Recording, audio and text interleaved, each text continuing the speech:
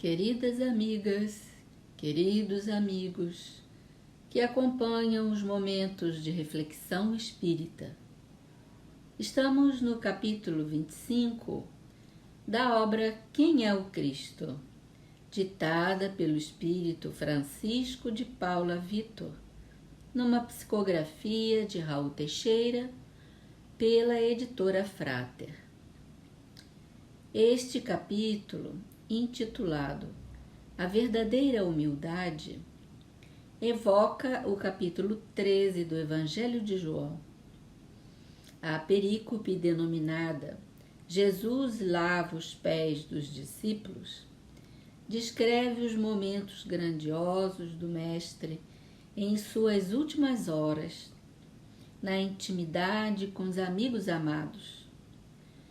Assevera o Cristo no versículo 13 deste capítulo: Vós me chamais o Mestre e o Senhor, e dizeis bem, porque eu o sou. É por demais expressiva a frase de Jesus na vestimenta da humildade, num ser como ele que alcançou tal nível de evolução. Assim começam as reflexões do Padre Vitor. Com essas palavras, que o Padre Vitor inicia suas reflexões, exaltando a virtude do Mestre Excelso, lembrando que ele iniciara o Sermão do Monte, segundo Mateus, colocando a virtude humildade como condição inicial para os aprendizes alcançarem as demais virtudes celestes. Jesus chegou vivendo a humildade desde o berço em sua excelência e deixou o corpo físico vivendo essa virtude divina na sua forma mais sublime. Testifica o benfeitor que a confirmação de Jesus como sendo o Mestre e o Senhor é uma expressão autêntica desse valor espiritual, porque a humildade verdadeira, continua o benfeitor, não é uma virtude de evasivas e desmentidos, nem é a arte de ser incapaz ou da simulação de incapacidade. Por isso, não é fácil ser humilde no mundo, pois ainda é um mundo de aparências, de máscaras, de superficialidades, de interesses pessoais, analisa claramente o Padre Vitor. Opostamente ao mundo, a humildade é uma virtude que vem aliada à verdade, à simplicidade e à perseverança, conclui o benfeitor espiritual. A humildade, em português, vem do latim humus. O humus significa terra fértil, cheia de substâncias orgânicas, água e minerais que propiciam o bom cultivo da terra. E é essa substância, o humus, que o nosso corpo físico é formado no útero materno durante a gestação, no processo de encarnação. Esses conceitos já estão revelados desde a Gênese mosaica e, ao desencarnar, devolveremos esses constituintes para o solo da terra, a fim de reconstituir o humus tomado por empréstimo. Já nesses princípios, temos conteúdo suficiente para sentir gratidão a Deus, ao planeta, e concluir que o sentimento de humildade está em a natureza, em toda a criação divina, em cada ser, de cada manhã. Logo, está em nós, como germe divino. Não é por acaso que Jesus afirma logo na primeira bem-aventurança que os pobres em orgulho, de vaidade e tudo o que se lhe assemelhe, ou seja, bem-aventurados os humildes, pois que é deles o reino dos céus, como o primeiro passo para o caminho da iluminação interior.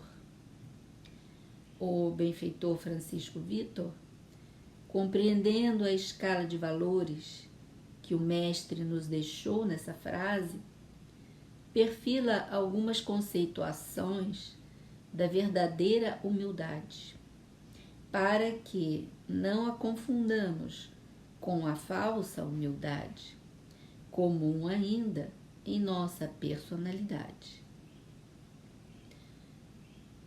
A verdadeira humildade não é uma virtude de evasivas e desmentidos, nem é a arte de ser incapaz ou da simulação de incapacidade. Ou seja, essa virtude não desfaz de si mesma, porque, segundo o padre, não é virtude dizermos que não valemos nada, que não merecemos tal ou qual benesse, tal posição ou tarefa, nem quando desprezamos o que sabemos, tudo o que poderemos aprender com boa vontade. Diz-nos a psicologia humana que há nessas atitudes uma enorme vaidade interior. O espírito Paula Vitor afirma ainda que a verdadeira humildade vem aliada à verdade, à simplicidade e à perseverança. A humildade é saber reconhecer aquilo que verdadeiramente somos e nos afirmarmos como tal.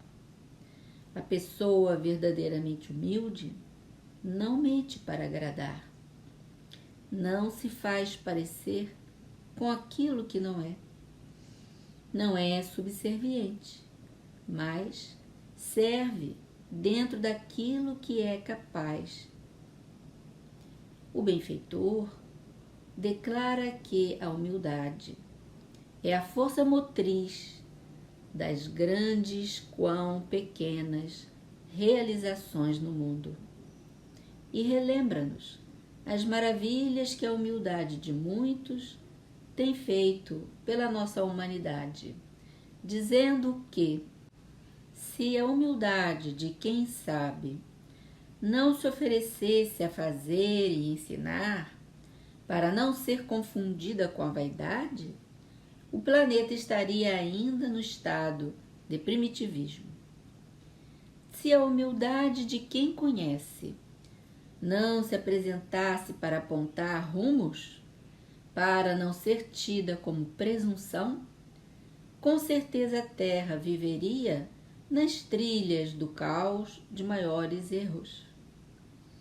Se não houvesse a humildade no coração dos pais, responsáveis para com os filhos que Deus lhe deu em missão, sem nada esperar deles, o que seria da humanidade terrena? E é a humildade dos pesquisadores do bem que os faz buscar a verdade, seja onde for, sob o seu impulso. São incentivados a persistir, buscando sem pressa, sem preocupação, sem esperar reconhecimento público. As ponderações do benfeitor Francisco de Paula Vitor nos dá uma nesga das características e grandeza da humildade do Cristo.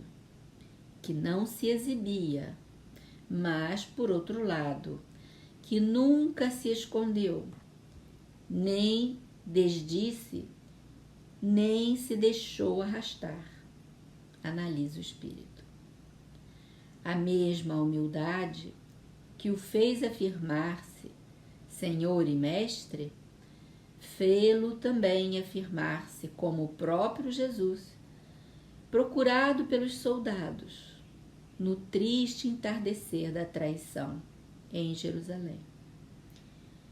Eis a virtude que não foge de se apresentar, em nenhum momento alegre e nem foge diante do testemunho do sofrimento, nem tampouco Jesus se esquivou do fel da cruz, que, patrocinada pelo arbítrio dos homens, moralmente ainda pequenos, foi levado a sorver. Relata o benfeitor espiritual. Encerramos essas ponderações do bondoso e sábio Espírito Francisco de Paula Vitor, com duas perguntas que ele nos deixa para refletirmos a respeito de quem é o Cristo. Caso Jesus Cristo não se tivesse confirmado como Mestre, como o esperado Senhor, para quem as almas, nós, correríamos? A quem as pessoas sem rumo buscariam? Reflitamos.